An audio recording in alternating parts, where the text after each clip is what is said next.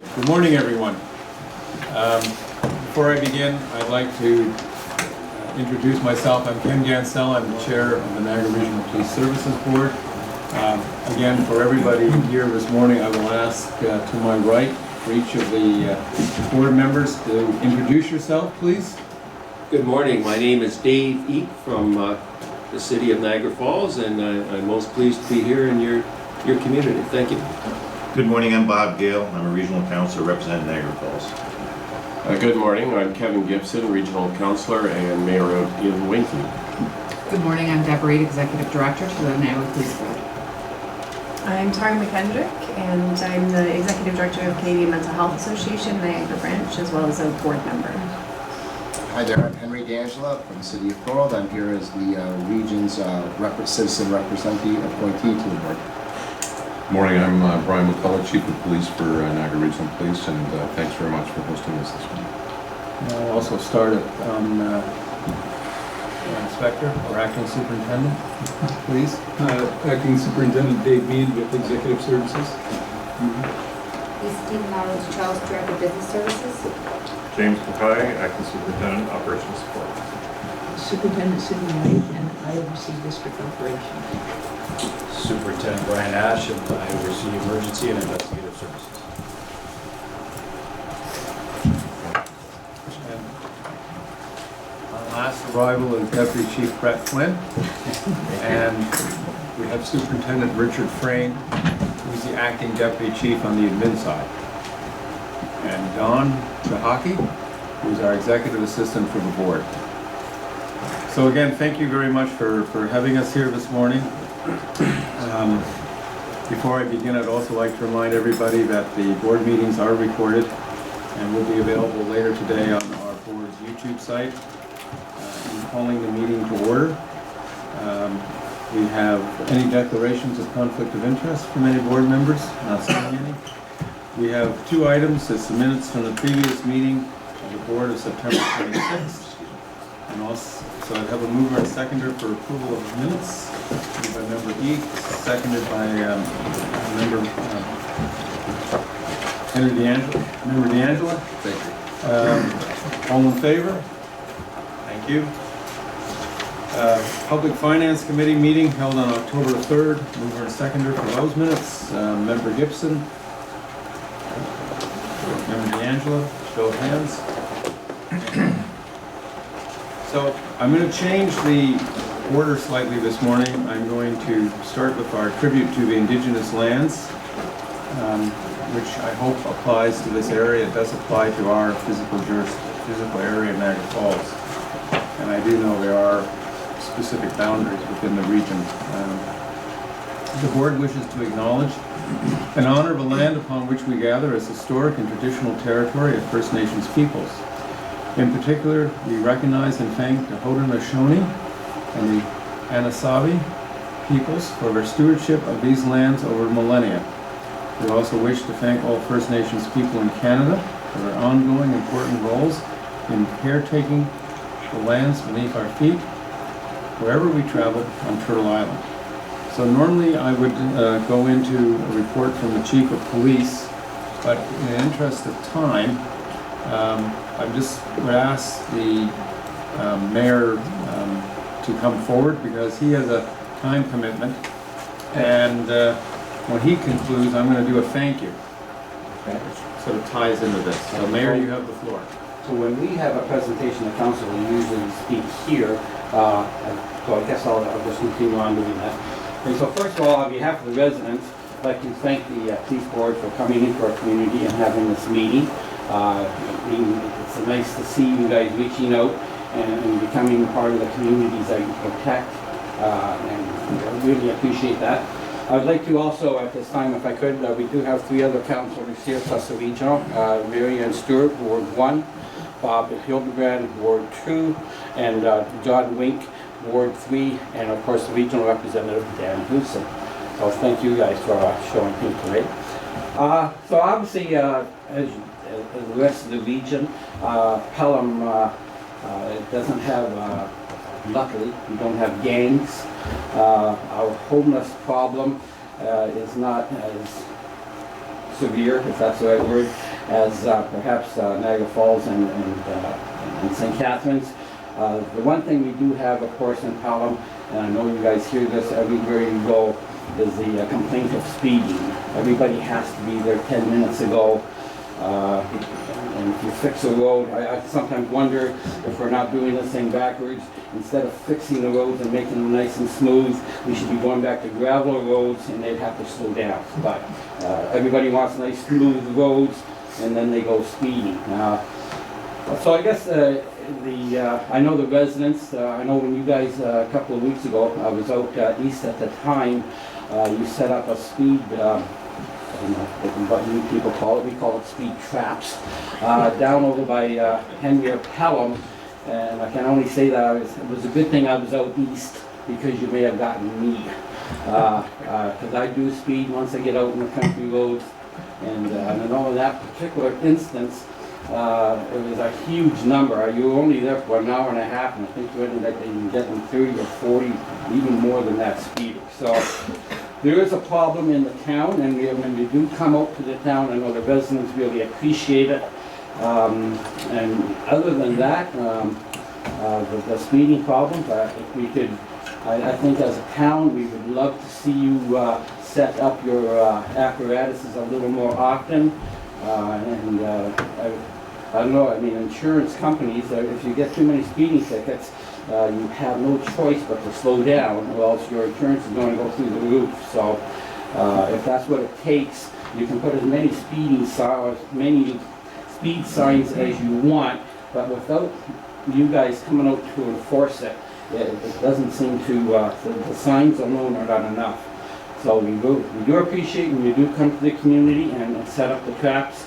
I know that if you only do it once a month, once every even a couple of months, I know it brings everybody down, calms everybody out. You guys have the statistics to prove it, and we really, like I say, we appreciate when you do that. So other than that, other than the speeding problem, I've talked to the counselors. There are no other issues in Pelham that I can think of, and we just appreciate the job that the force does in the region as a whole, and keep doing the fine work, and welcome to the town. Thank you.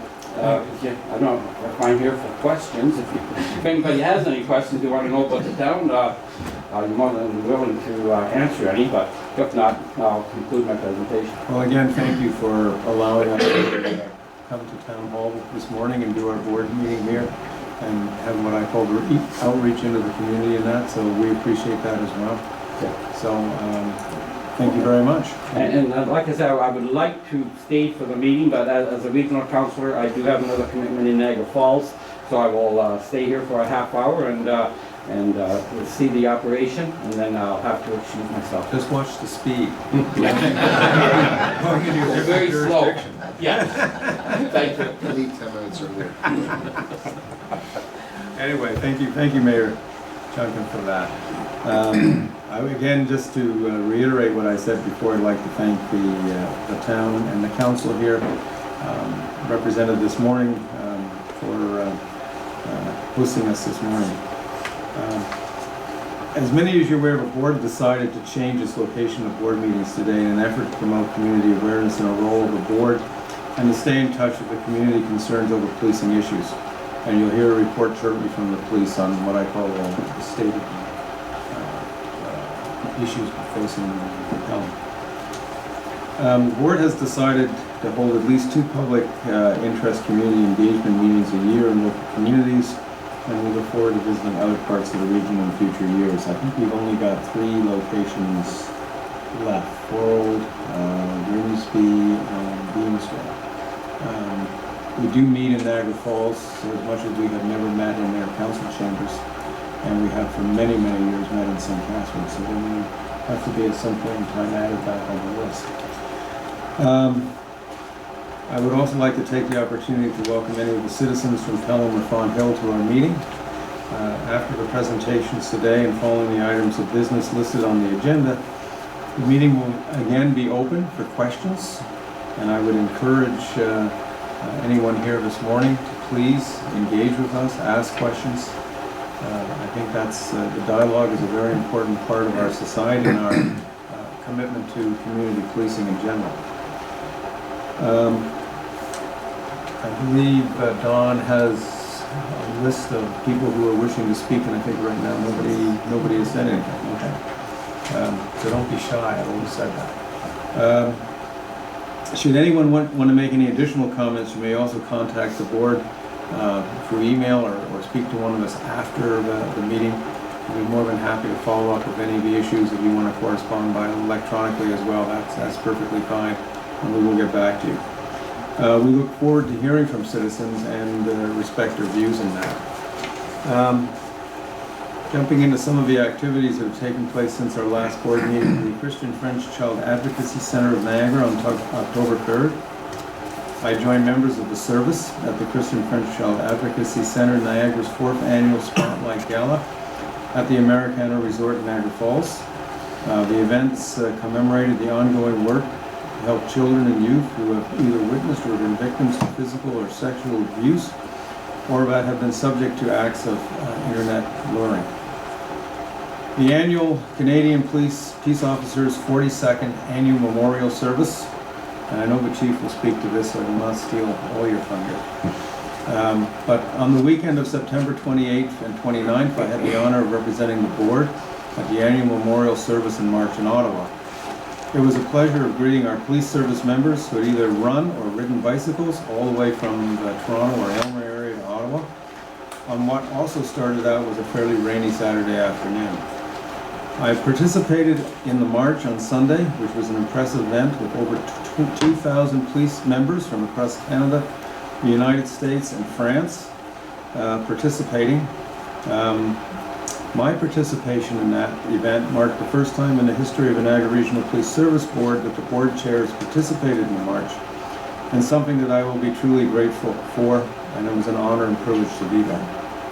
I also witnessed firsthand what it is like to be in the hot seat for the chief and the deputies as they struggled to manage a major incident, which was the shooting in downtown St. Catharines. Behind the scenes coordination of such an event is not an easy job, and we've come away with a real respect for the depth of knowledge and the capabilities of our chief of police and our deputy chiefs of police, and as well as all the other members that were involved in that, right from the constable who were probably just first on the scene to everybody else. So when you're sitting next to the chief in a car and he's on the phone working hands-free, working all these issues, it's Not speeding either. not speeding. It's impressive. Moving along to the Refuse to Lose Against PTSD Gala on October 5th, I joined the chief and members of the service at the Refuse to Lose PTSD Gala at Club Catastropagano. Thank you. In Port Robinson. That's the first time I've been there. Not to Port Robinson, but to that venue. Refuse to Lose PTSD is organized and founded by Niagara Regional Police Constable Phil Sheldon and his wife Tanya to raise awareness and offer support to affected first responders. The organization was started following a horrific incident that occurred in Vineland in 2015 when Constable Sheldon attempted to rescue a woman from a burning home. That ultimately exploded, leaving him with severe burns to over 50% of his body. When you speak to him privately, he has some interesting trauma from that, which is just unbelievable. He's had a considerable journey, but he is on the road to recovery. And through the creation of the organization and the fundraising effort, it is hoped that more first responders will receive the support they need. And the board is very much, as the service is very much committed to member wellness. And as part of our budget submission this year, there's a component in there of building a member support unit, which will be also assisted by, we have a full-time clinical psychologist on staff. That person just came on board as part of our 2019 budget request. So we're well on the way of building a member support area to deal with PTSD issues within the workplace. The Ontario Association of Police Services Board 2019 Labor Seminar was held on October 10th to the 11th at the Four Point Seasons Sheraton Toronto Airport Hotel. The seminar provided an excellent opportunity for those involved in collective bargaining and labor-related matters to share experiences and to learn from each other about issues that affect the policing and labor relations landscape here in Ontario. Vice Chair Steele, members D'Angela, members Eek, Gibson, McKendrick, the board's executive director, and I attended this seminar on behalf of the board. On October 23rd, the Community Safety and Wellbeing Plan, which was yesterday's event, was hosted by Niagara Regional Police at our community room in headquarters in Niagara Falls. The municipalities must work with police services and local service providers in healthcare, social services, education to develop plans for proactively addressing locally and identify community risks. It's a major task, and the deadline is December 31st of next year, so there's a lot of work to be done. The CSWB plan, as its short form, needs to be completed, as I mentioned, by the end of next year. Myself, Ms. Reed attended, along with service executive members, in the preliminary meeting, and we will continue to represent the board at these meetings as required. The Joint Facilities Police Steering Committee, as my role as chair of the board's accommodation and steering committee, representative of the board there. I regularly attend these meetings. Since the board's last meeting, the site at one district has received a lot of progress. As of October 15th, major work on the building base has been completed, along with both the stairs and elevator towers. The walls of the front entrance of the building have been framed and are ready for concrete pouring, and the installation of electrical conduit water sewer has been completed. The next meeting of the joint facilities meeting will be on November 26th, and I will be attending that as well. Just a quick thing on the building. The structural steel was delivered about a week ago. There's 3 truckloads of it. I think there's one more truck to attend, and one more tractor trailer load to attend. And I expect, might even be today, they will actually start erecting the actual physical steel structure on the 2-story building on Welland Avenue in St. Catharines. So just to see that happening is a major milestone when you think of it. We only turned the sod on that in June, so we're doing well there. And the goal is to try to get the building enclosed enough to continue work during the winter season. First Responders Appreciation Day, which is October 27th at 10:30. The Port Robinson Community Church will be hosting the 2nd annual First Responders Appreciation Day. The event will include prayer, service, music, light luncheon. Police, fire vehicles will be on display.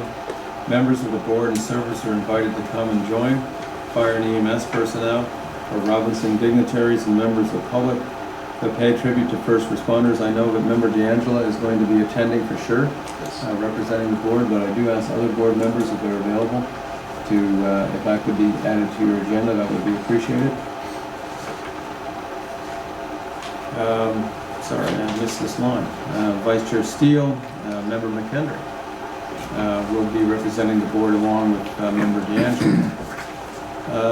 Bridge dedication ceremony. On November the 8th at 10 a.m., the service will be holding a bridge dedication ceremony for the late Niagara Regional Police Force Constable, I use the old term, Luciano De Simone, at police headquarters in the community room. Constable De Simone began his policing career for Niagara Regional Police Force on August 1st, 1972. He was responding to a call for service on May 2nd, 1974. He was involved in a fatal motor vehicle collision on the Queen Elizabeth at the bridge that crosses the Welland River in Niagara Falls. All board members are encouraged to come out and join this ceremonial event. Family and Children's Services Charity Gala on November 15th. Vice Chair Steele and myself will attend along with Chief McCulloch and service members at the 21st Annual Family and Children's Services Niagara Charity Gala being held at the Americana Conference Resort in Niagara Falls. The event celebrates the support and the work of Family and Children's Services Niagara, and through the host of the participants and sponsorships of the annual gala have raised more than $725,000 to assist Niagara's more vulnerable children, youth, and families. Indigenous cultural training for Niagara Regional Police Service Board and Niagara Regional Police Service senior management staff on November 22nd. Members of the board and police senior management team are invited to participate in the Indigenous cultural training session being held at police headquarters in the community room. The training session is designed to promote the strengths and relationships between the board, the police service, and the Indigenous community here in Niagara. Members of the board and the senior management team are encouraged to attend and are asked to confirm their attendance with the board staff. And the last item is the upcoming meetings. Next police service board meeting, which is the committee meeting, is scheduled for Thursday, November 14th at 8:30, community room, police headquarters, Niagara Falls. And the next full board meeting is going to be held on Thursday, November 28th at 8:30 a.m. in the community room, again at police headquarters in Niagara Falls. That is my report this morning, and I now turn it over to the chief. Thank you very much, Mr. Chair. Good morning, everyone. Once again, this year, members of the Niagara Regional Police Service converged in Ottawa on September 29th, 2019 for the annual National Canadian Police and Peace Officer Memorial to pay tribute to all officers in Canada who have lost their lives in the line of duty. This event has attendees from all across Canada and beyond, which includes family and friends of fallen officers and both civilian and sworn members from various law enforcement and corrections agencies. The Niagara Regional Police Service was well represented on Parliament Hill for the ceremony with approximately 80 members in attendance. We were honored to have Police Service Board Chair Ken Ganzel participate in the ceremony with the Niagara contingent, which included civilians, sworn, and auxiliary members, including members of our Honor Guard and members of our world-famous NRPS pipe band who had occasion to demonstrate their musical skills. 6 of our members attending the event also participated in the 460-kilometer Run to Remember to Toronto, from Toronto to Ottawa, and the longer 600-kilometer trek for the Ride to Remember, which departed from the Ontario Police College in Aylmer, and they traveled to Ottawa, along with members of our motorcycle unit to escort the ride participants and run participants in safely making the journey to Ottawa. I want to thank all participants in this gallant endeavor, and further thanks to all those behind the scenes, including members of the Niagara Regional Police Association, who in partnership with the NRPS made this year's memorial a success. In October of 2016, the Niagara Regional Police Service undertook an important change in its operation of our communications unit. We implemented the Police Priority Dispatch system to effectively deliver the best possible standard of officer and public care while providing a measurable standard of excellence for each call taken. This process involved a significant amount of struggle and hard work, as it involved a very different way of doing business. Call by call, the skilled professionals in our communications unit began gaining expertise with new methods and enhanced level of service provided to our frontline officers, and more importantly to our community. I'm pleased to announce that the dedication and proficiency of the members of our communications unit has paid off. The Niagara Regional Police Service has now been recognized as an accredited center of excellence for police communications, the first in Ontario, only the second in Canada, and just one of 20 such organizations in the world. I'm proud of this accomplishment that our communications unit has attained. They have achieved high levels of performance in maintaining the high levels of proficiency and quality assurance standards. They provide superior, up-to-date officer and public care in a safe and efficient manner.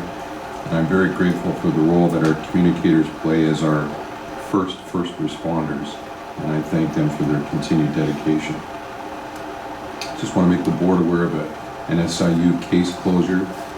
You'll recall back on Monday, November the 8th, 2018, a phone call was received by our communications unit from a female who was in distress on the Burgoyne Bridge. Service members from one district were immediately dispatched to the area When the officer arrived at the scene, an 18-year-old female in the vicinity ran away. The officer gave chase. The female quickly climbed over the bridge railing, and the officer grabbed her to prevent her from falling. After a brief struggle, the female was able to push herself away from the officer and falling below to the grassy area.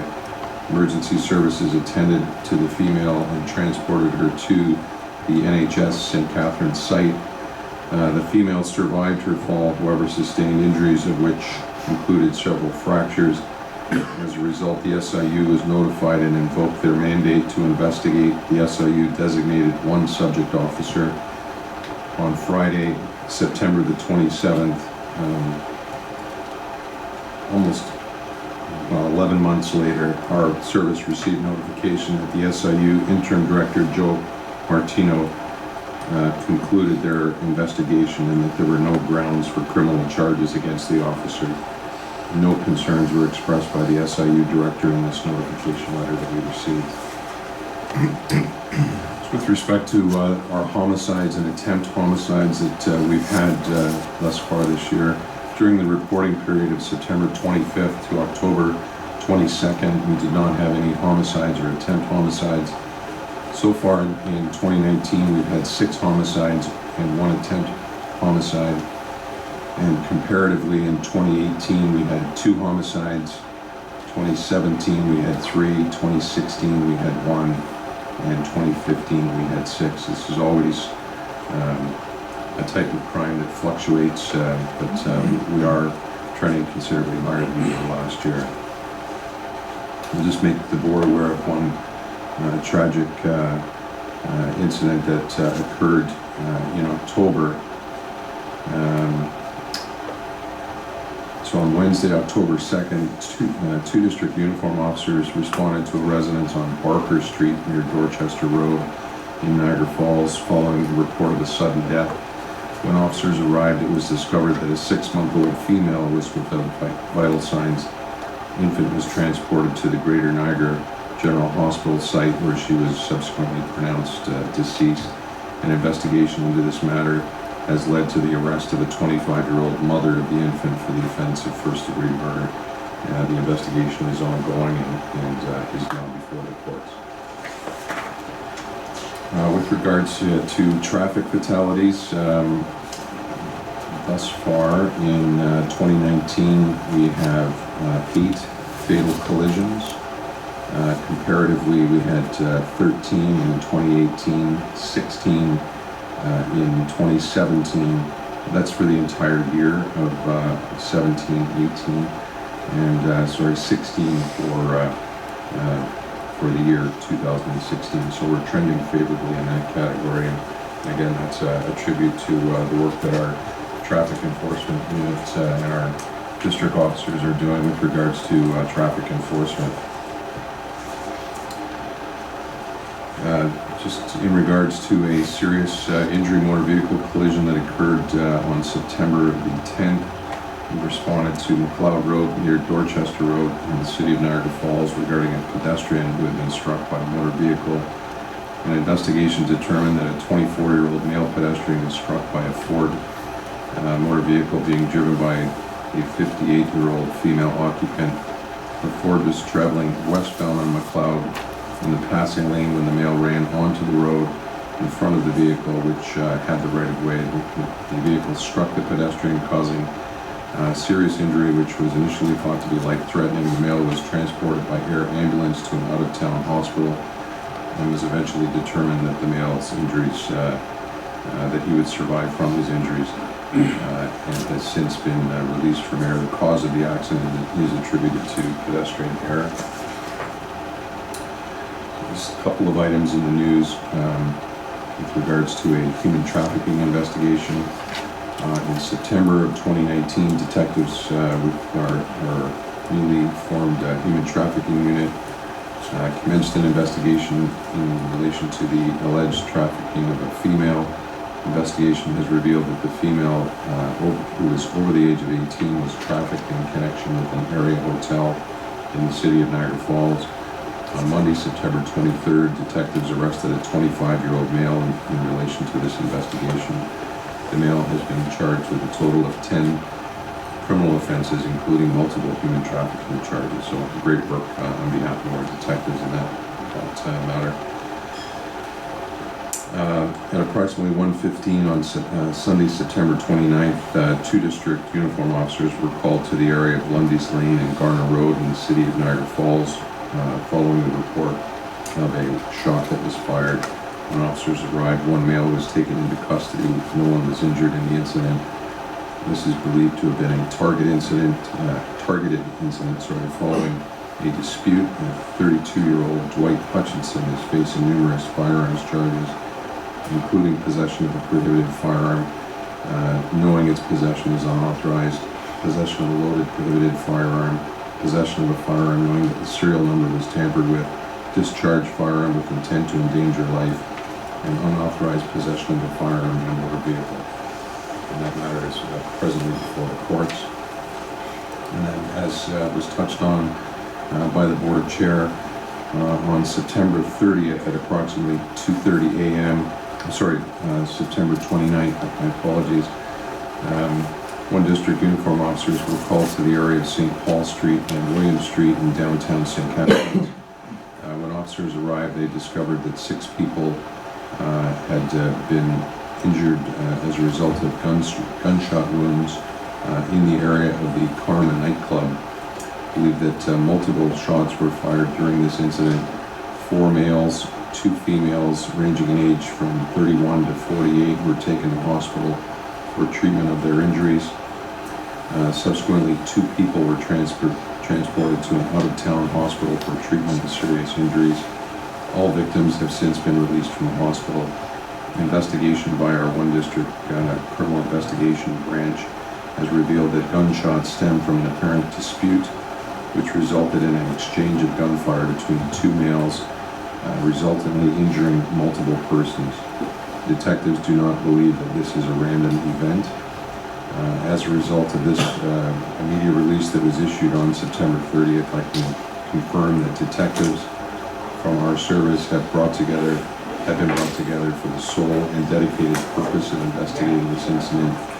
The investigation is continuing, and I just want to stress that incidents such as this are simply not acceptable in our community, and we will dedicate all the necessary resources to aggressively solve and identify the persons for this crime. So, thank you. Okay, thank you, Chief. Member Gale. I have some questions of the chief. Yes, go ahead. Now, these don't have to be turned on. No, correct? they're always online. Okay, my first one, Chief, and I bring this up because we're in Pelham, and I'm so proud of your community involvement, you and the deputies and all the service and that. My first question is, you have a ribbon on your chest as well as the deputy does. I know pink is breast cancer. What's purple? Or if that's the color I see from here. It's to bring attention to child abuse prevention. Okay, thank you. I see the ribbons, I just don't understand what some of them are for, so I'm proud of you for your community involvement in that. Thank you.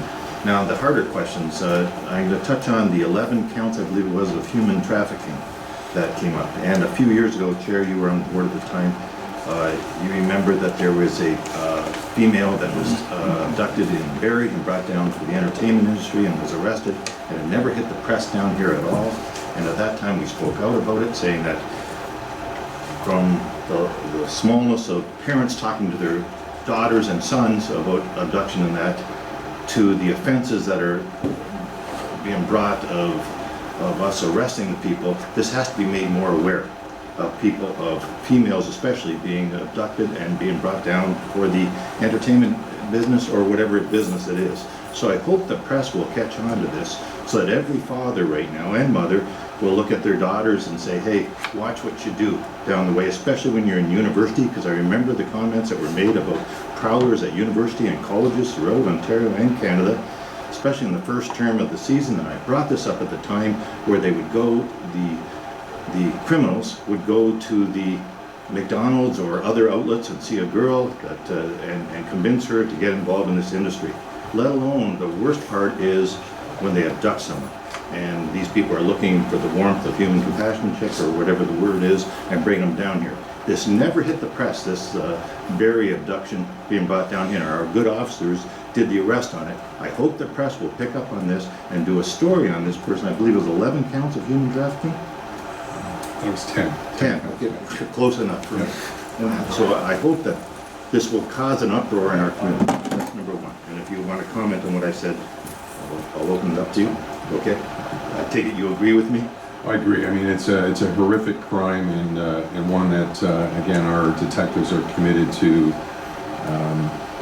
investigate aggressively. The challenge with it is getting individuals to come forward with information, and anyone that has information with regards to human trafficking, I would strongly encourage them to come forward. There's avenues where people can be anonymous. They can call in through Crime Stoppers if they choose, and report that information, and I can assure you that we will investigate it. And I know it even goes farther than that. We had a shooting a few years ago on Lundy's Lane where a girl wouldn't get into the camp of some bad guys, I'll say it that way, at 2 o'clock in the morning. And I didn't hear this from you, I heard it from the people, and I know it was what happened as a result of it. She wouldn't join this group to dance on behalf of them, that's my words, and there was a shooting as a result of it. So I'm hoping these things aren't happening again, but this has got to be brought to the attention of the parents, of society in general, on what's going on here. So I'm proud of our service for what they're doing, but we need the help of the press and everybody else on this. My last one is the Burgoyne Bridge incident with the female and our officer. Correct me if I'm wrong, it's been 11 months since that started? That's right. It happened in November of 2018. So, Chair, I am so offended by this. As you know, our officer, as soon as the SIU comes in, rightfully so, when an officer is involved in something, the SIU comes in to investigate. And the chief in his explanation said there were no criminal charges against the officer, or whatever, which offends me even the comment. Please, I'm not judging you, Chief, but when you're being investigated, I don't care if I pick somebody from the crowd here and say we're charging you with murder. When you know you didn't do murder or you didn't do a theft and that, the thought through your head is that I'm offended because you're considering it. So it's not the thought of the SIU looking into it. It's 11 months that we had an officer that on a slam dunk, I would think it would be. We understand there was an incident in Pelham 2 years ago that was horrific with officers of our service, and I think the public understands that takes a while for the SIU to look into, and it's still going on. And I think people can understand the complexity of that. This one here was a good job, I would think, of our officer. The lady is still alive, but 11 months he's been sitting there with the thought of SIU investigating it on what I think would be a slam dunk on this. So, Chair, I'm going to turn to you and say, the chief cannot speak out. A service member cannot speak out about the SIU. We can. We represent the public. Why wouldn't we, and if it takes a motion or whatever, complain in some way, in the way of a letter form from you, Chair, saying, SIU, this has been 11 months that we've had an officer sitting there. And Chief, is that officer taken off the road while this is going on? In this case, it was a female officer, and she was not taken off the road. But these delays, I can't be critical of the SIU, but what I can say is that the delays do cause undue hardship and emotional stress for the officers, because they are under the microscope facing potential criminal charges. Unfortunately, in this case, there were no charges that were laid, but it is a very traumatic event for our officers, so anything that can be done to expedite these types of investigations. We understand the need for oversight, and that is not an issue, and we don't question that aspect. It's the expediency of the investigations that are concerned. So, Chief, you're a class guy, and you can't stick your neck out like me and complain like I can. As far as this, for 11 months, we've had an officer that probably should be complimented on the job she has done, and she's not getting a compliment. All we're saying is the SIU found no wrongdoing, there's no criminal charges. Wow, that's a real impressive thing from the province of Ontario or whatever. So, Chief, Chair, I would like to see a letter, or I'm opening up the conversation on this, going to the SIU saying that, can you speed these up? Whatever word you want, let alone our officer goes through tremendous strain with that thought on it, and sometimes we take officers off the road for this. But when there's something like this, you know what I'm looking for here, and I want to compliment the officer, Chief. I imagine you have So. And I want to compliment the officer as well. She did an extraordinary job responding to a very difficult situation. Unfortunately, these types of incidents involving persons in distress are occurring far too often, and our officers are doing a magnificent job, including in this case, responding to these very challenging situations. Yeah, and when we're wrong, but when we're right, we're really right. And in this case here, justice wasn't speedy on this. So, Chair, I'll leave it to you. I remember, Gail, hear exactly what you're saying when the chief was talking about that issue. My thought was basically, first of all, 11 months is outrageous for an event like this. The officer should be awarded, as much as the woman eventually went over, but into an area that was less fatal than falling onto the highway or something of that nature. She may have injured herself, but I conclude the officer saved her life. So I defer to you, your opinion, Chair. What do you want to do? But I'd like to speak out to SIU. We did send a letter before. I'm quite prepared on the board motion to send another one. I also do believe that under the New Police Services Act, there is a time frame put in there that they have to report back within 30 or 60 days. It came up at the Labour Conference in Toronto 2 weeks ago. There's something in there's a time limit on how long these investigations can go on for. I believe it's 90 days. 90 days. Yeah. Then my comments are probably moot because at least something's being done about this. So then I just stress that I hope that we can compliment the officer in whatever way you think, Chair, on behalf of the board or whatever. But if that is correct about the 90 days, then the government's reacting to it. So yeah, and I think it's not just us as a board here. I think it's throughout the province of Ontario. There has been, I'll be quite blunt, outrage over the amount of time that these investigations take, especially in something like this. I can understand, and I'll use only the Pelham example because it was a fairly lengthy, involved shooting, etc., etc. I can understand some more time and more diligence on that. But in this case, and I'm not in their shoes and I wasn't physically there at the time of the event, but as I said again, the officer deserves to be commended for her actions. Her actions in that case. So you have my drift. Thank you very much. Any other board members' questions of the chief? Chief? Thank you.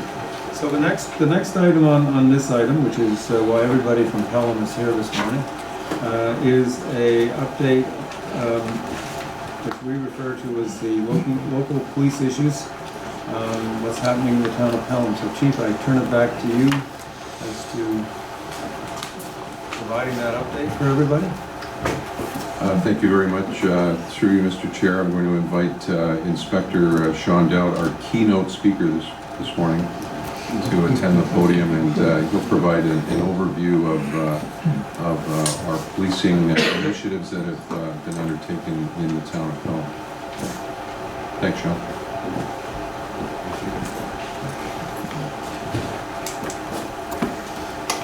Thank you. I know this is my third time presenting as a district commander. I'm sorry, I apologize for my back to the audience because the comments are meant for the mayor, council, and members of the community. So prior to starting, I did hear the mayor's comments. I will certainly update our officers of their concerns, and I'd be more than happy to come and speak to council at the mayor's request and provide a presentation. Even go more in depth if so required to ask specific questions. So get started. Thank you very much. Good morning, Chair, Chief, members of the board, members of the Police Services Board, members from the community. Through you, Mr. Chair, good morning. For those who may not know me, I'm Inspector Sean Dowd, the District Commander for 3 District Welland and Pelham. I've held the position there since May of 2016. I also oversee 6th District in Port Colborne and 8th District in Grimsby. They report to me through the chain of command, and I report directly to Superintendent White, who oversees district operations for the region. I also oversee the Niagara Regional Police Auxiliary Unit. I sit on the Occupational Health and Safety Committee, the Equipment Committee, and I also have the distinct honor of sitting on the board for the Niagara Safety Village, which is not only a big part of Welland and Pelham, but also services the region of Niagara. The Welland and Pelham District, also known as 3 District, is comprised of a contingent of frontline officers, detectives from our criminal investigative branch, and administrative support staff, and the 3 District office is manned by a staff sergeant 24/7 at all times. Officers in 3 District respond to a wide variety of calls for service, from routine to high priority. Frontline officers are also involved in proactive initiatives to address concerns specific to the city of Welland and the town of Pelham, which are often identified by our local residents and community partners. On the subject of community partners, I am very pleased to report that the Niagara Regional Police Service has an extremely positive relationship with both Mayor's office, the City of Welland staff, and the town of Pelham staff, the St. Lawrence Seaway, and also various members of the local community. Our calls for service involve complaints of criminal as well as non-criminal behavior. This can include responding to incidents such as domestic violence, mental health interventions, noise complaints, trespassing, and providing assistance to various agencies such as municipal, bylaw enforcement, and fire services. Detectives assigned to the 3 District Criminal Investigations Branch are also responsible for assisting members of the 6 District Port Colborne Branch as the need arises and the 2 districts maintain a close working relationship. Our 3 District Criminal Investigations Branch also has the benefit of a crime analyst position. A crime analyst can monitor for trends or anomalies, while also liaise with neighboring services on a regular basis. So that way we can head off any concerns prior to maybe the officers even realizing that there is something going on out there that needs our attention. Assigned to our Criminal Investigations Branch is our Street Crime Unit. Their mandate is to investigate property crimes, including break-and-enters, theft of vehicles, as well as drug investigations. Although the unit is relatively small, they are consistently extremely busy. I can say that in the first 10 months of 2019, our 3 District Street Crime Unit, again responsible for Welland and Pelham, had some of the following statistics. They made 57 arrests, laid 217 criminal charges, seized approximately $340,000 in various illicit drugs, including cocaine, methamphetamine, heroin, fentanyl, marijuana.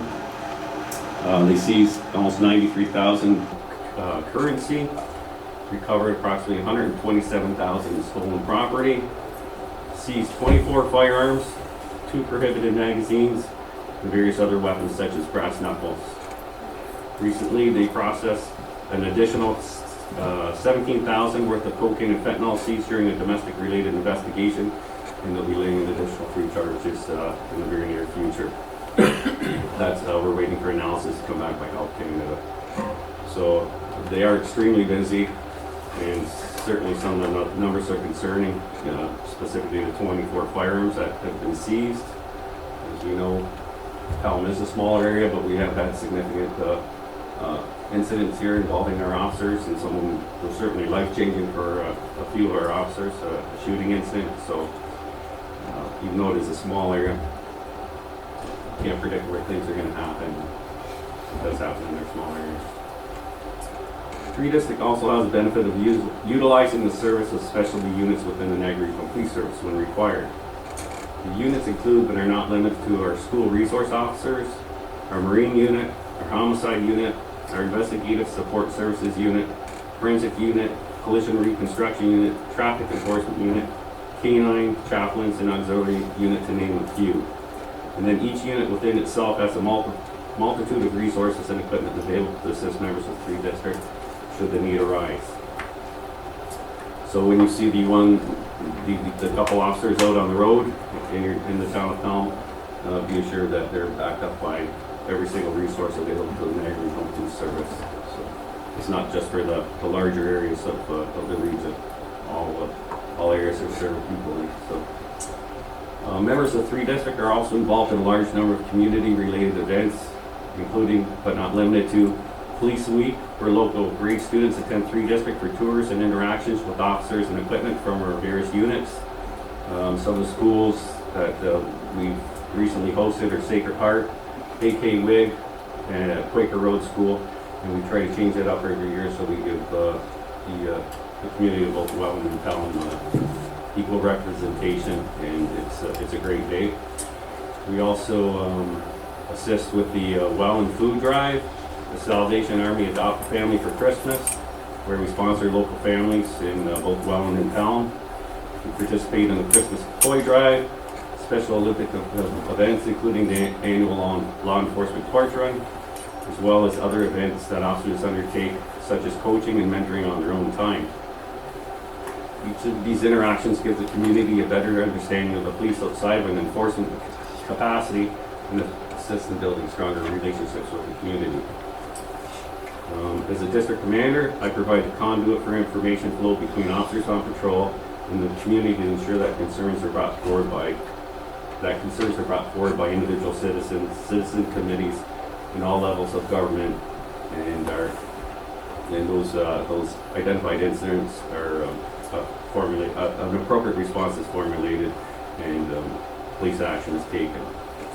Such concerns can include, but are not limited to, noise complaints, off-road motor vehicle complaints, requests for targeted traffic enforcement, etc. In each circumstance, information is provided to the officers on patrol, and a proper response is formulated, which can include extra patrols and enforcement within the specific areas, including obviously areas of town. We do get continuous complaints for traffic enforcement, and we do address those on a regular basis.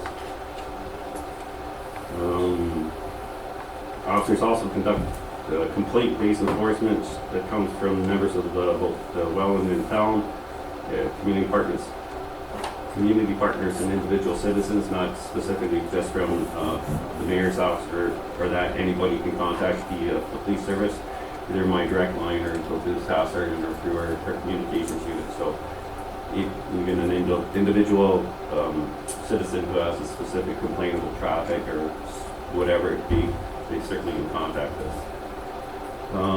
In an effort to address concerns specific to Pelham, I can advise that so far for this year, we've issued approximately, getting close now to 500 provincial offenses notice, commonly known as traffic tickets. And we've also responded to almost 1,800 calls for service since the beginning of the year. Members of 3 district are very aware of the ever-growing communities of both Welland and Pelham and the extra challenges that come with this growth, including new cannabis production facilities, and obviously new constructions, larger roads, faster, as the mayor says, more paved roads, faster speeds.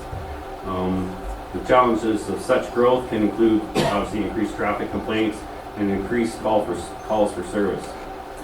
In each instance, our members are continue to meet these challenges and welcome the positive growth as our communities continue to flourish and prosper.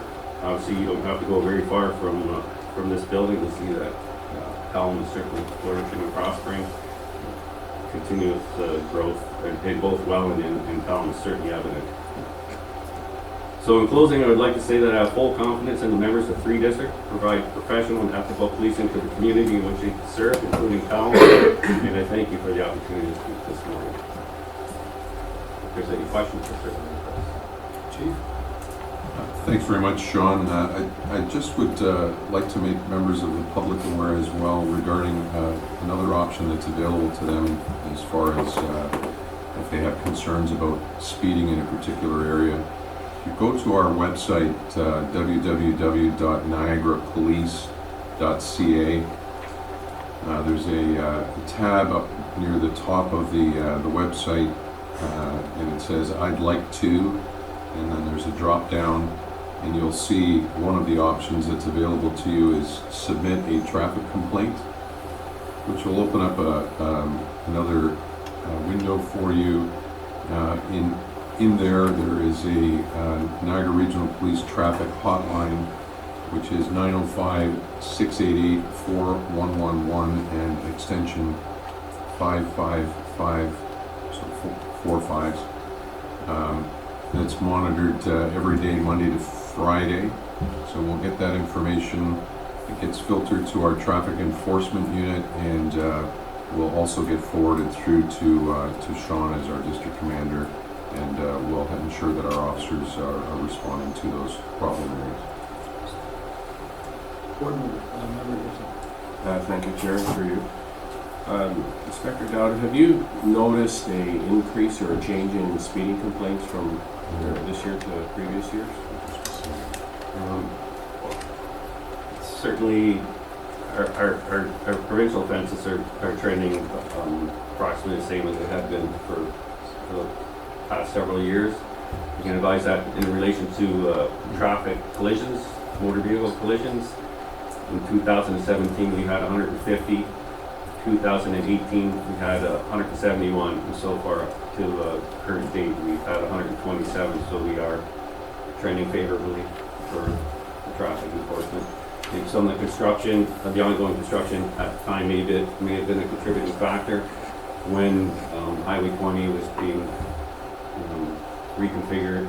A lot of these side streets were being used by local residents or trying to circumvent the construction. A lot of speeding was prevalent at that time, and we did receive a large amount of complaints because people were regularly seeing cars coming down their rural roads. We're now seeing an increase of traffic, and so that did generate a lot of complaints. But now that construction is kind of coming to an end, some of the complaints that I know that I have been receiving have decreased. Okay, thank you. I just noticed the stat the chief quoted on the fatal accidents did not seem to be, any different than previous years, or perhaps even lower. But I just noticed lately there's quite a trend in the public.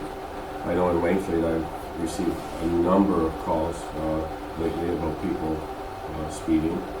I know Mayor Drunken spoke to it, so I just wonder if there's not a bit of an upswing in the trend of getting to work or getting where you need to go, and traffic seems to be on everybody's mind, so it's maybe something we can look at. So, thank you. Thank you, Chair Genzel. I just wanted to sort of follow up on what the chief brought forward regarding the website and the contact information for traffic enforcement. I know as a past mayor and as a councillor, and to this day, I still get complaints regarding citizens, or either from councillors or from mayors, regarding traffic enforcement, what the NRP can do about that. I like the idea of having it on the website, and there's a contact number there, but can we link that to the local municipality pages? So if anyone goes, they may not go to the NRP page, but they may go to the local page for updates.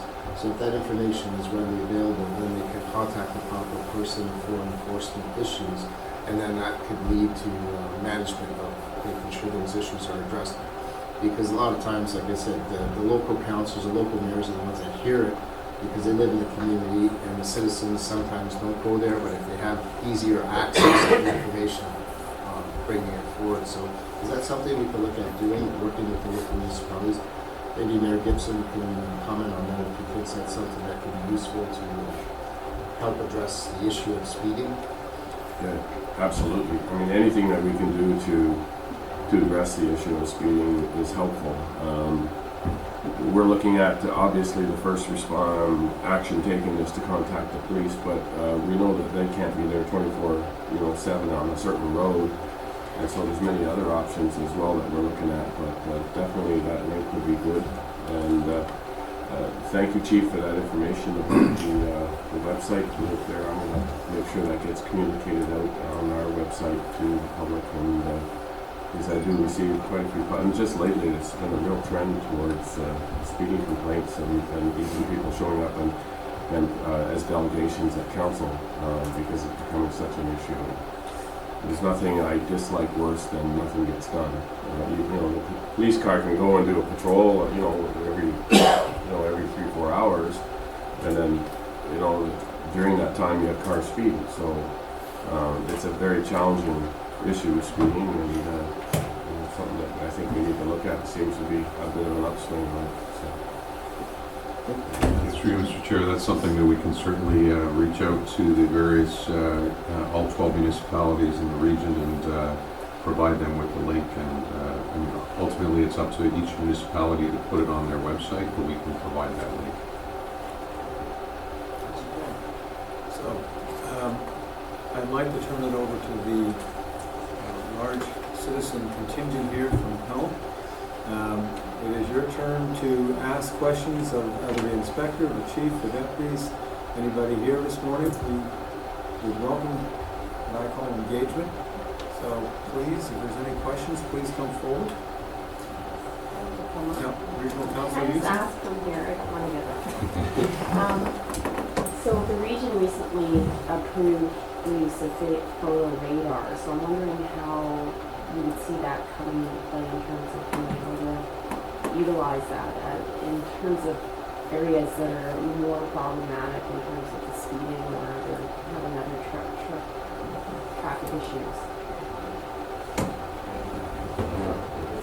Through you, Mr. Chair, I can advise that the region regularly consults with the police. They have their own stats as well. They do traffic studies and speed studies.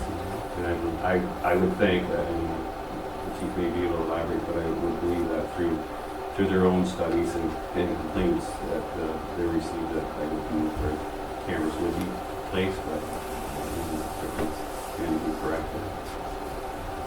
Through you, Mr. Chair, my understanding is that it's in community safety zones is where it is permissible, and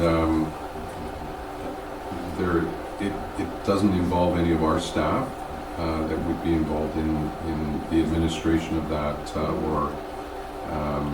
we're certainly willing to work with the region to facilitate that. I think anything that we can do, particularly in those types of community safety zones or school zones, to keep the speeds down and keep our children safe and vulnerable population safe, I think that's, we're all for it. So just to clarify, is there no interaction or input from the NRP into where suggested safety zones should be? So the region has access to all of our traffic data from CROMS, which is our Collision Reporting Center information and data. So there is regular contact with our traffic enforcement unit, and we do provide input to them. Through you, Mr. Chair, if I can add, one of the areas that I oversee, Welland specifically, I deal with a member of the city of Welland. They contact me on a regular basis with any traffic complaints that they receive through their office and deal directly with me. And the way that we've been attacking it or combined is they have a speed measuring device that also shows, traditionally you drive down the road, you see you're going this fast. Not only does it warn members of the public that you are speeding, but it also qualifies whether the complaint is justified or not. Sometimes, obviously, on a smaller city street, we receive complaints, but if the speed is still 50 kilometers an hour, it's perceived that they're speeding, but they're not actually. So just a two-pronged approach where the city of Welland will put that speed measuring device sign out so the members of the public see it. They also receive the data to see it, like if it is justified. And the other part of that, they notify me, and then I in turn notify the officers on patrol, and we do extra enforcement in that area. So we take a couple-pronged approach. Seems to be successful, and I certainly would be willing to do that with any other. You're talking about the speed minder signs. I saw one being deployed in St. Catharines the other day. I believe the region is the one that owns one of the vehicles. I saw it was a regional truck that was positioned there. So I know the city of Welland does have one because on a regular basis we'll consult, and that will be moved around, but it's just a couple-pronged approach. I know a lot of it are not regional roads, so there are certainly more regional roads here in Tiger Point. Just through you, Mr. Chair, further to Councillor Houston, my understanding is municipalities have staff that have been trained on our CROMS software, so through that they have the ability to delve into problem areas, and if there's recommendations that the municipality has as well, they can bring that forward through to us as well. Again, it's all about collaboration and cooperation between municipalities, the police, and the region, and we're a willing partner in that. Riverdale. Chief, further, I'd like an explanation, if you don't mind, based on Councillor Houston's question, because my partners here, I think, are on there as well. To my knowledge, there's no photo radar in the province of Ontario.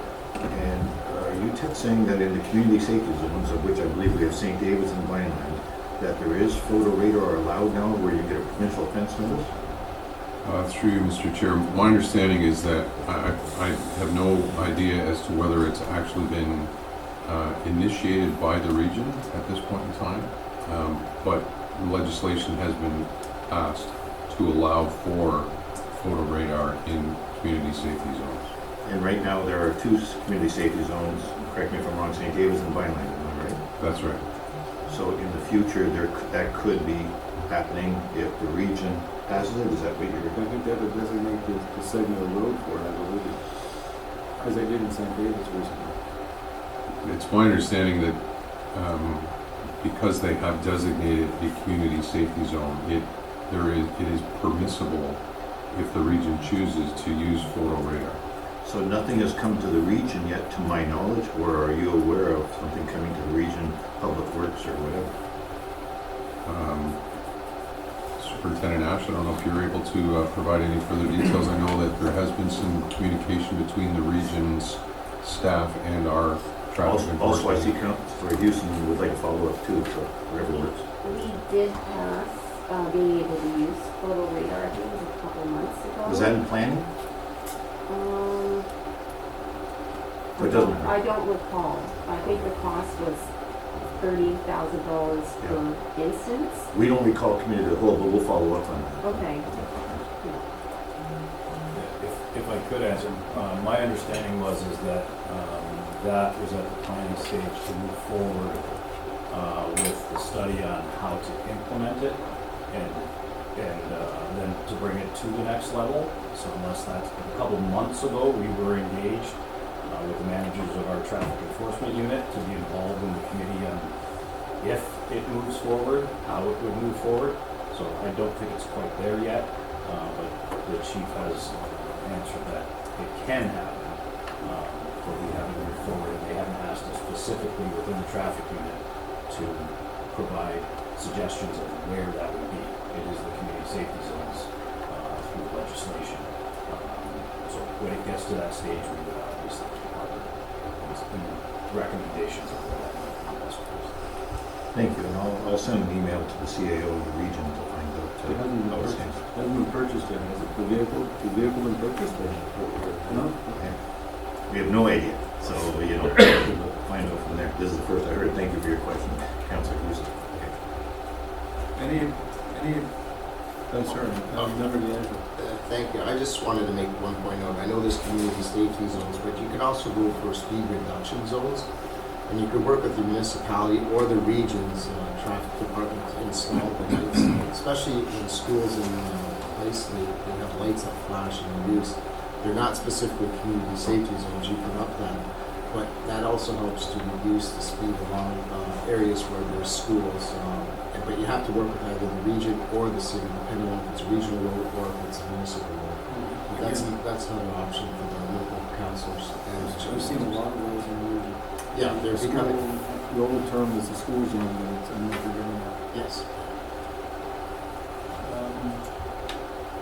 Any other questions? A large representation here from Pelham. Well, I think from what the chief has elaborated, and I would concur with some of the material that we presented to the board, the Niagara region in whole is a safe community to live in. And I would also concur that Pelham is a safe community to live in as well. So, and I think the district commander, Inspector Dodd here, has also reiterated the crime levels in that are very low, and again it points out Niagara is a great place to live.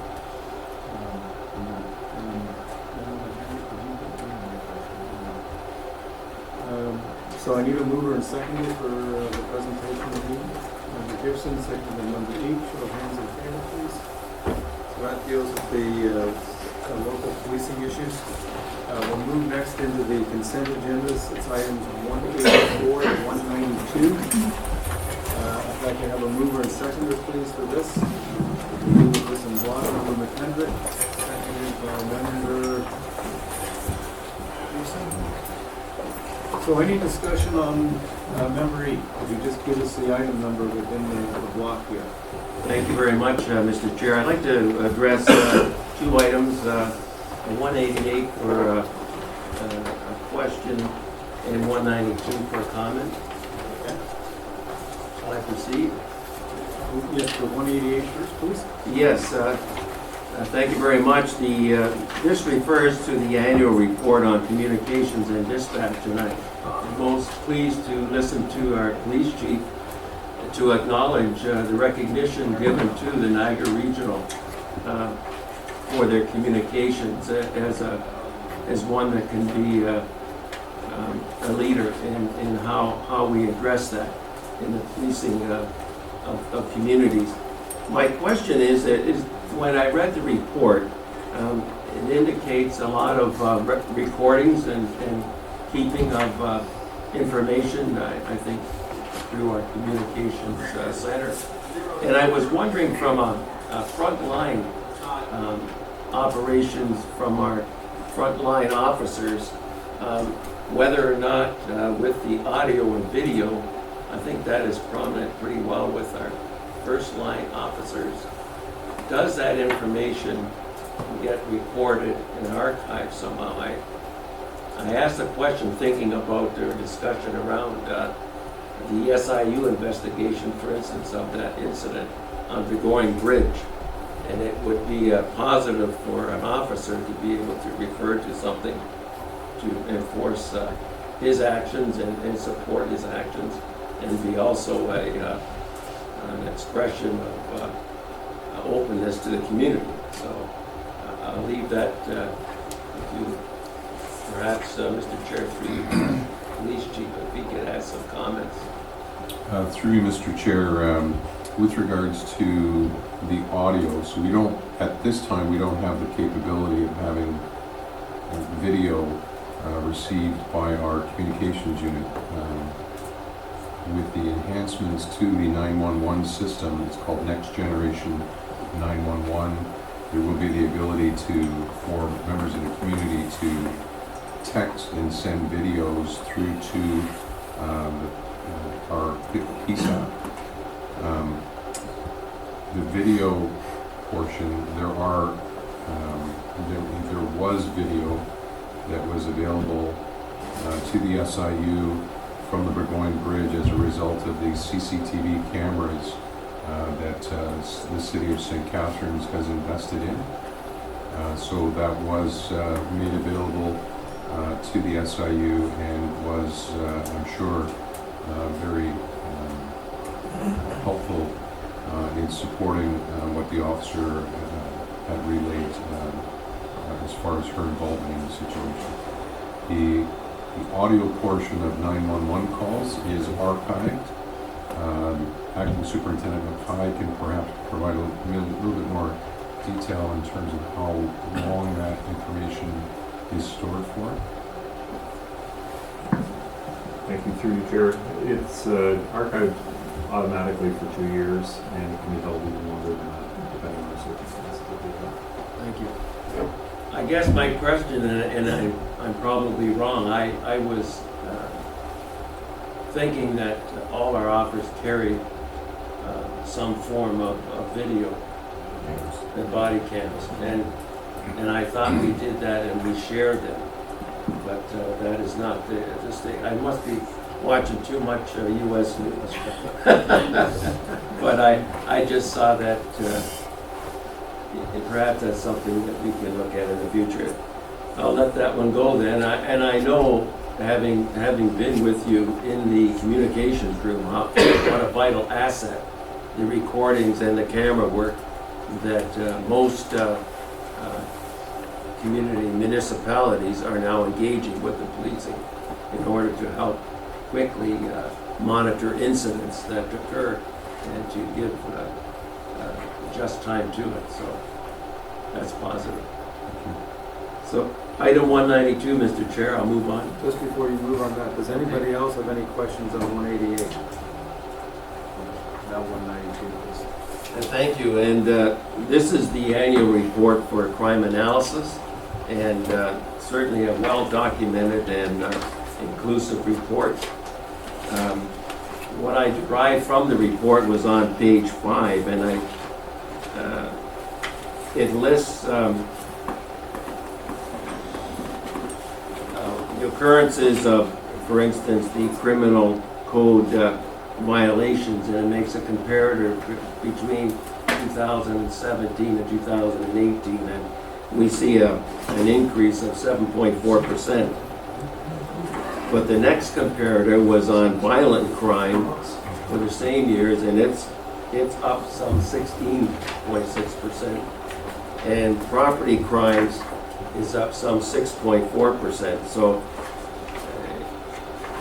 it's certainly not just for me to say this is alarming or a concern, that we have a trend line that's moving, I'll say, in the wrong direction. It's going up, but I guess from our comments, we just dealt with our police service board budget, and I would tend to think that the statistical information, although we're not happy with it, will help to reinforce our budget direction that we have approved and needs to go through a next step process. So I thank the policing for this inclusive report and information. Thank you. Board members on 192? Board members on any of the other items? Member D'Angelo? No, this was 192. Just want to reiterate, this was a well-documented report showing a lot of good information in terms of statistical data going over the past 5 years. I was quite shocked to see a couple items. The sexual assault, it's on Appendix A. It's gone up 255 over the past 5 years, and then total sexual violence against children, it's more than quadrupled over the past 5 years. Is there anything from a board perspective or from a service perspective that we should get this information out so that people are aware of it and be a little bit more proactive to identify it? Sort of goes back to the comments that Member Gale mentioned earlier. If the press picks up upon this, to be a little bit more diligent, especially around young children. Those to me are very horrific because they impact someone's life they impact their life. It's a life impacting traumatic event. Is there anything, through you, Chief, is there anything that we can do a little bit more proactive to make sure that these numbers start coming down somehow? Like I said, the trend has been going upwards. Through you, Mr. Chair, I think what we've seen is with the Me Too movement, it has brought more awareness to the issue of both, well, particularly in regards to sexual assault and sexual harassment type of investigations that are being brought forward. So I'm not sure that the numbers have actually increased, or if the numbers are just being more accurately reported from what they were previously. It may very well have been underreported as opposed to now being overreported. And so I would just draw caution to try and to bring too much awareness to the issue, because we certainly want members to come forward who have been the victim of whether it's child abuse or sexual assault. Okay, thank you, Chief.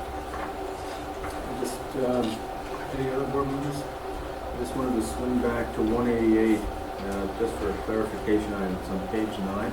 It's actually in the footnote.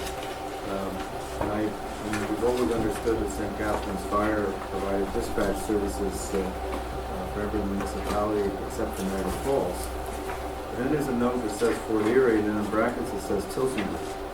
Do I take from that the fire calls that occur in Fort Erie are actually routed to a fire answering service in Tillsonburg for dispatch, or is it the other way around? Going to have Acting Superintendent Kai address that question. Mr. Chair, that's their local dispatch is out of Wilsonville.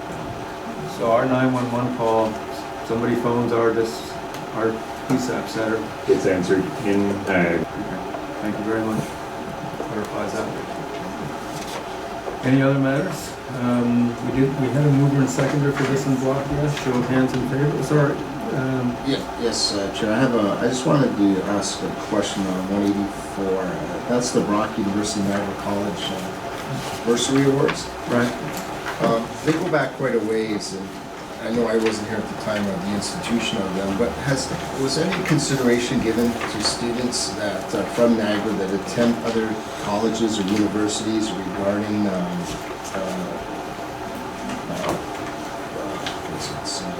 police foundations or criminology? And I know the board had put money aside for both Niagara College and Brock University, but does anyone know if there's any consideration given for those members of our community, the youth that attend other colleges and universities, to put them sort of on a level playing field?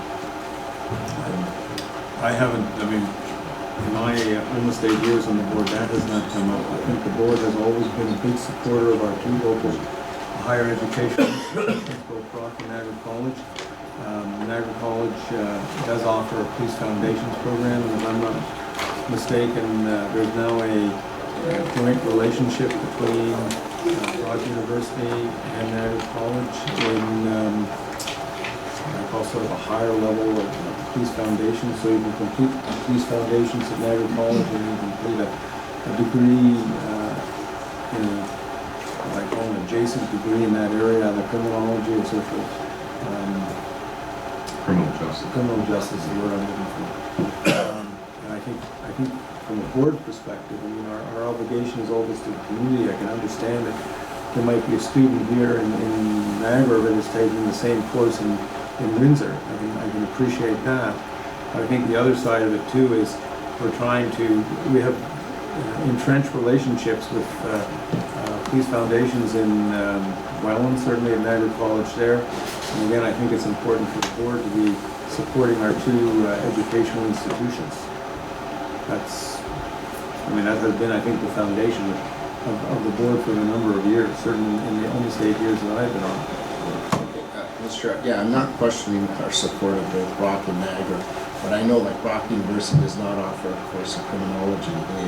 It's more of a psychology course, so if there's a student from Niagara who wants to specifically take a criminology course, sometimes they have to leave the area to take that at the university level.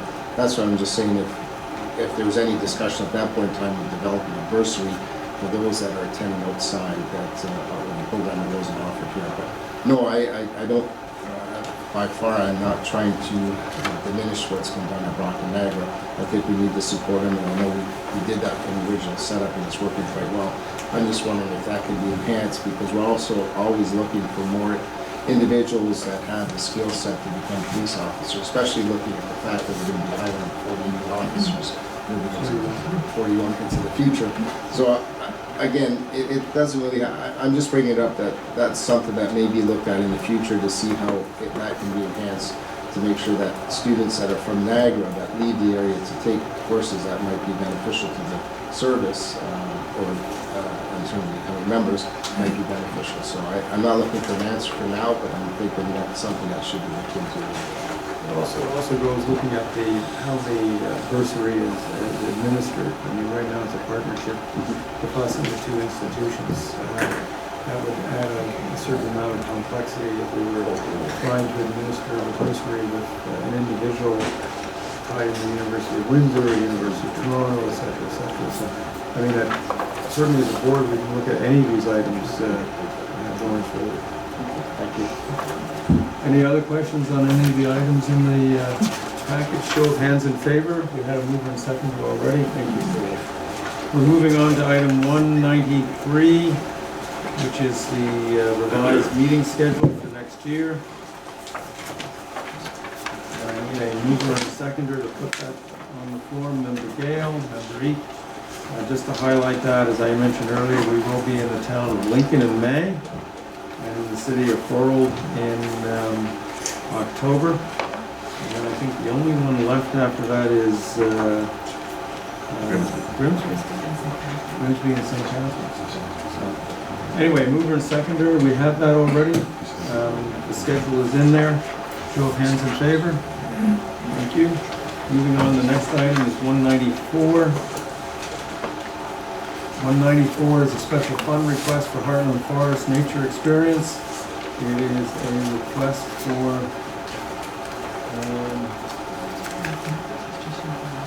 oh, that's true, that took place last week. Yeah, I missed our board meeting. Mover and seconder, please, on this. Member Eek, Member McKendrick. Any discussion on item 194? It's $1,000. Special fund request. Show of hands in favor. There we go.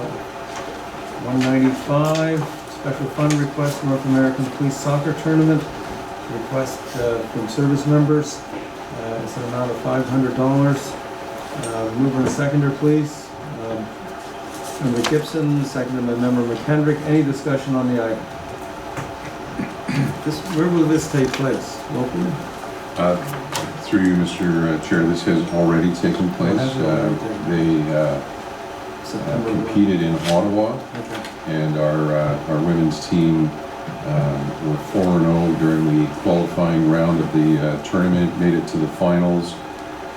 In double overtime, it was tied 2-2, went to penalty shots, and it's a tough way to lose the tournament, but they lost to the team, I think it was Ottawa, actually. But, so we came in number 2.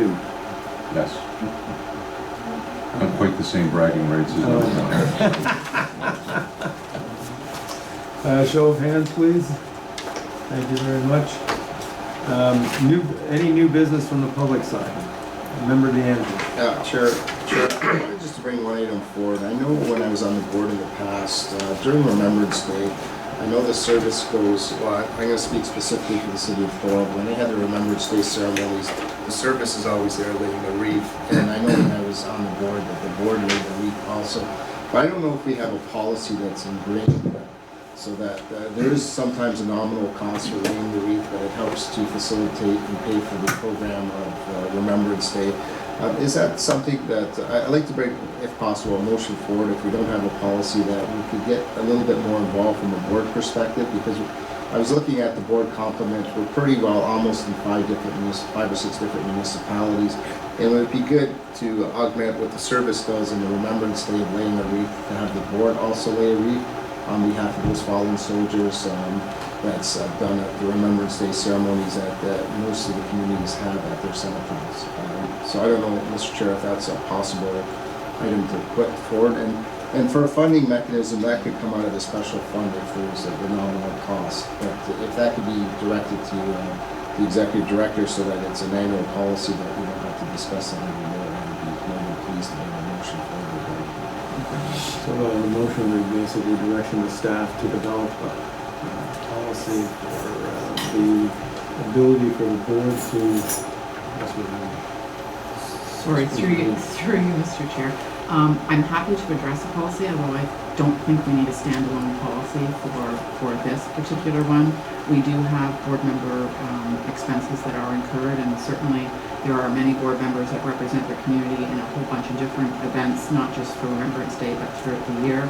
And if there is a nominal cost involved for a ticket or parking or whatever it may be, in this case for laying a wreath, that would just be something that I would think a board member could attend and perhaps submit as part of their monthly expenses and be reimbursed through the board's operating budget, as opposed to being a standalone special fund request. I'm not sure that meets the special fund criteria that we have in place right now, so I just think it would be something that would be covered under our current operating budget. So that would be my recommendation. I don't know if the board prefers to have a motion, certainly I'd be happy to record that, but I don't believe we need a standalone policy. Well, I would certainly concur that if Member DeAngelo would like to participate this year, please do so. I would also say for any of the board members here, if they wish to do so, the wreath should be marked as a remembrance from the Niagara Regional Police Services Board. I know the service does a number of cenotaph presentations. I don't know whether you make it to all the 12 areas. Through you, Mr. Chair, if it were just 12, it wouldn't, it's much more than 12 because each municipality has multiple locations. But we do endeavor to get to every one of these ceremonies. We have at least some cases a very small contingent, but we do have representatives at every one of the ceremonies. Doing a wreath or just in presence? Presence and laying a wreath. At all of these? I believe we do. Some of them there may not necessarily be a laying of a wreath ceremony, but where there is, we do lay a wreath.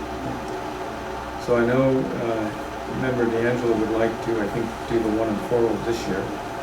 So I think we've still got time to get into that. There's, they could have people at last minute or something like that. So if it's the direction, the suggestion of the executive director that we just put that to our expenses, I'd be more than willing to do that. I just think from the board perspective, it's good to, always like along with the service, so we're showing support for the event, because to me it's a very important event for Canada and for those that gave their life to this country. Member Eek, are you able to participate in one of the wreath ceremonies in Niagara Falls this year? Or?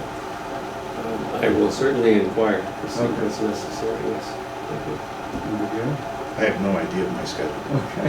So, I mean, I'm not knocking what Member D'Angelo is, but I don't think you should go around asking every person that they can attend. We all recognize the importance of it. There's no doubt about that. But as far as us buying a wreath for it, I think we went a bit farther than that. I mean, I bought park benches on Clifton Hill for them, and we all have our own way of I've done the same doing it. So, and I get that, but the police service board, like Deb said, it has to involve the police and things like this. No doubt, armed forces are very important to us, but it doesn't really fit our criteria on this, other than she's already explained if anyone wants to go up with their own expenses, I agree totally. I think I'll leave it as basically a personal option of any of the board members. Chief? Might I have a suggestion? We already pay for wreaths, so is there an opportunity going forward that we could make it joint, that it's from the police service and the police services board, and board members could certainly attend along with us? We would welcome their attendance. Yeah, that'll work. That's an excellent suggestion. That way we are represented everywhere, and if a board member is available, they would attend with the serviceman member at the appropriate cenotaph and do the joint laying of the wreath, because I've seen that again in a number of instances. I don't think we need a motion for that. I think it's just, what we're going to do. Member Gale, any additional? Not on that, I have something else. Okay. Next item is Member Gale. Thank you, Chair, and I just want to, one day I'd like to knock the chief, because I'm always complimenting him. I can find something wrong. But regardless, when we started these away meetings, or however you word them, I think the first one was Pelham, am I wrong?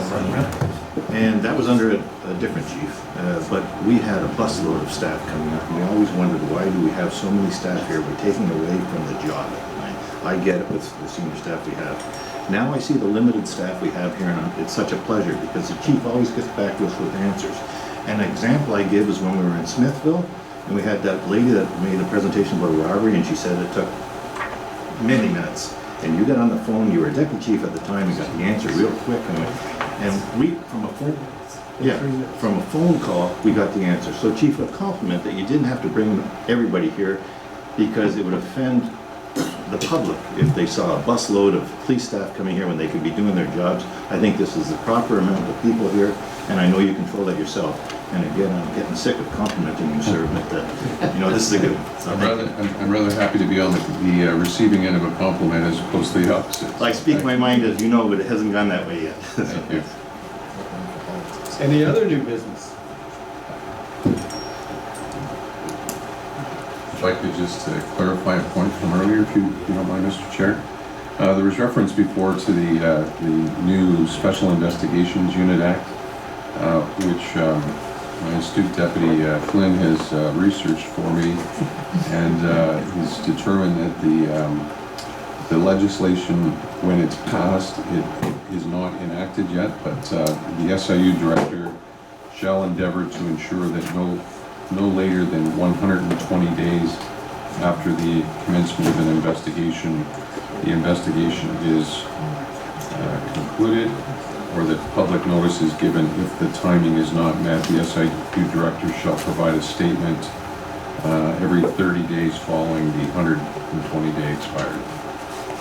Is that the type of update you were looking for? Chair, this goes on with the compliment I just gave. This is why, thanks, Brad. This is the answers that I'm looking for on this. So again, I come back to the compliment of the lady officer that did that. I'd appreciate that. But when do you expect this to be enacted? Gee, that's a stupid question. I think the end of next year. That's what it's. In my lifetime? No, Yeah, okay. that was a discussion in Toronto at the labor seminar, and that was from ministry staff. End of next year, too. Well, end of 2020. Wow. Beginning of Okay. Thank you, Chief. You're welcome. But I'll also point out that answer that came back on behalf of the diligence of Deputy Flynn took approximately 5 minutes. So we're not doing too bad. So, any other new business? One last chance for Pelham. Anything come up in our meeting you'd like to question? That? So we're going to adjourn the public session, and we're going to take a break for 15 minutes, and we'll move into the confidential component of our board meeting. So thank you very much.